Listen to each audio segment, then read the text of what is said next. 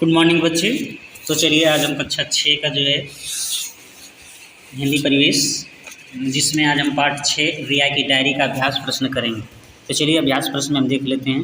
दिया है शब्दार्थ में जीवन निर्वाह का गुजारा करना, घूरना का क्रोधपूर्वक देखना, पोलियो का एक प्रकार का रोग, झेपते हुए का संकोच करते हुए, मुलाकात का अर्थ है भेंट, हामी भरना, दूसरी तरफ देखिए हामी भरना का स्वीकृति देना, व्यस्त का काम में लगा हुआ, गृह कार्य घर में किया जाने वाला कार्य, तीव्र का तेज या तीक्ष्ण होता है, प्रवेश करना का अंदर जाना।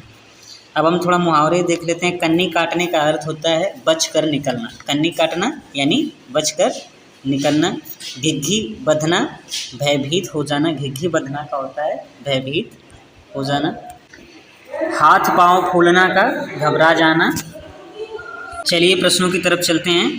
पहला प्रश्न है, नीचे दिए प्रश्नों के उत्तर दीजिए। मौखिक प्रश्न है।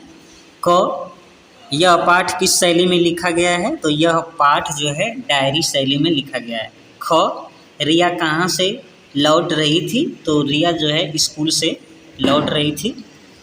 नेक्स्ट क्वेश्चन, रिया ने सड़क के किनारे किसे देखा? तो रिया ने सड़क के किनारे एक लड़की को देखा। घ देखिए, नीलू कौन थी और उसके पैरों में क्या हुआ था? तो नीलू एक मजदूर की लड़की थी जिसके एक पैर में पोलियो हो गया था।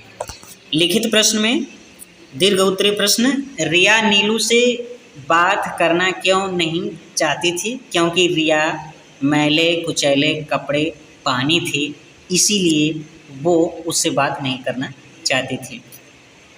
नीलू की माँ क्या काम करती थी? तो नीलू की माँ जो है दूसरे के घरों में चौका बर्तन यानी साफ सफाई आदि का कार्य करती थी। नेक्स्ट, नीलू की क्या इच्छा करती थी, यानी नीलू क्या चाहती थी? नीलू की इच्छा जो है पढ़ने की करती थी, यानी नीलू पढ़ने की इच्छा करती थी, यानी नीलू चाहती थी कि मैं भी क्या करूं, पढ़ूं।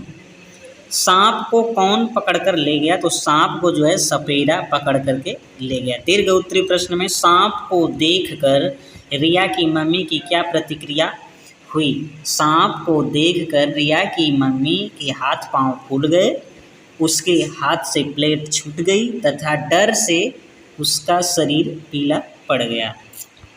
नेक्स्ट, सांप को देखकर नीलू ने क्या किया? सांप को देखकर नीलू ने सांप के फन के ऊपर एक तौलिया रख दी। नेक्स्ट, नीलू का चरित्र चित्रण। नीलू एक अच्छी लड़की थी जो पढ़ना चाहती थी तथा स्वभाव उसका अच्छा था। वो सभी के साथ शिष्टाचार का व्यवहार करती थी। नेक्स्ट, बहुविकल्पी प्रश्न। किसने कहा? सही उत्तर चुनकर लगाइए। आप मुझे अपनी पुरानी किताबें दे दो। किसने कहा? नीलू ने कहा। हाँ और क्या, तभी तो लेटी हूँ। हाँ और क्या, तभी तो लेटी हूँ, ऐसा रिया ने कहा। ग, अरे मेरा लंच देना, मुझे देर हो रही है। किसने कहा? रिया ने कहा। दवाई खाने का समय हो रहा है, ये किसने कहा? रिया की मम्मी ने कहा। चलिए देख लीजिए कुछ व्याकरण से संबंधित प्रश्न। इसमें देखिए, भाषा में संक्षिप्तता लाने के लिए कभी कभी अनेक शब्दों के लिए एक शब्द का भी प्रयोग किया जाता है, जैसे एक साथ पढ़ने वाला सहपाठी कहलाता है। इस प्रकार एक शब्द के प्रयोग से वाक्य में परिवर्तन नहीं होता, लेकिन संक्षिप्त अवश्य हो जाता है। अतः जिन शब्दों का प्रयोग अनेक शब्दों या वाक्यांशों के स्थान पर किया जाता है, उन्हें अनेक शब्दों के लिए एक शब्द कहते हैं। सही विकल्प चुनकर सही का चिन्ह लगाइए। तो चलिए, क, घर के लिए दिया गया कार्य उसे क्या कहते हैं? उसे गृह कार्य कहते हैं। ये सही है, इस पर ट्रिक करेंगे। जहाँ पढ़ने जाते हैं उसे क्या कहते हैं? अस्पताल कहते हैं, या विद्यालय तो विद्यालय कहते हैं। नेक्स्ट, सांप को पकड़ने वाला उसे क्या कहते? सपेरा। नेक्स्ट, जिसका कोई आधार न हो उसे निराधार बोलते। दोपहर का समय, मध्याह्न। नीचे दिए गए शब्दों को वर्णमाला के क्रम में लिखिए। चेहरा, बिस्तर, मजदूर, कोशिश, किताब, नज़र, लड़की, कमरा, इंतजार और आकाश। तो फर्स्ट नंबर पे आप आकाश भरेंगे, इसके बाद इंतजार, फिर किताब, फिर कमरा, फिर कोशिश, फिर चेहरा, फिर नज़र, मजदूर, इसके बाद लड़की शब्द को फिल करेंगे। नीचे दिए गए शब्दों के गलत पर्याय पर गलत का चिन्ह लगाइए।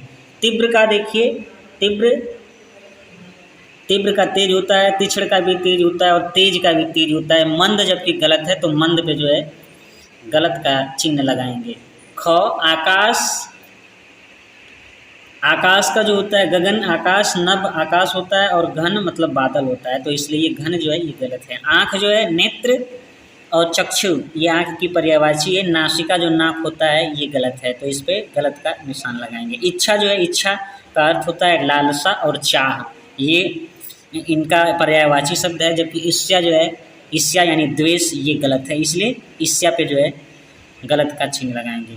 प्रतीक्षा यानी इंतजार और बाट जोना ये सही है, जबकि बहादुरी जो है ये गलत है। बहादुरी क्या है?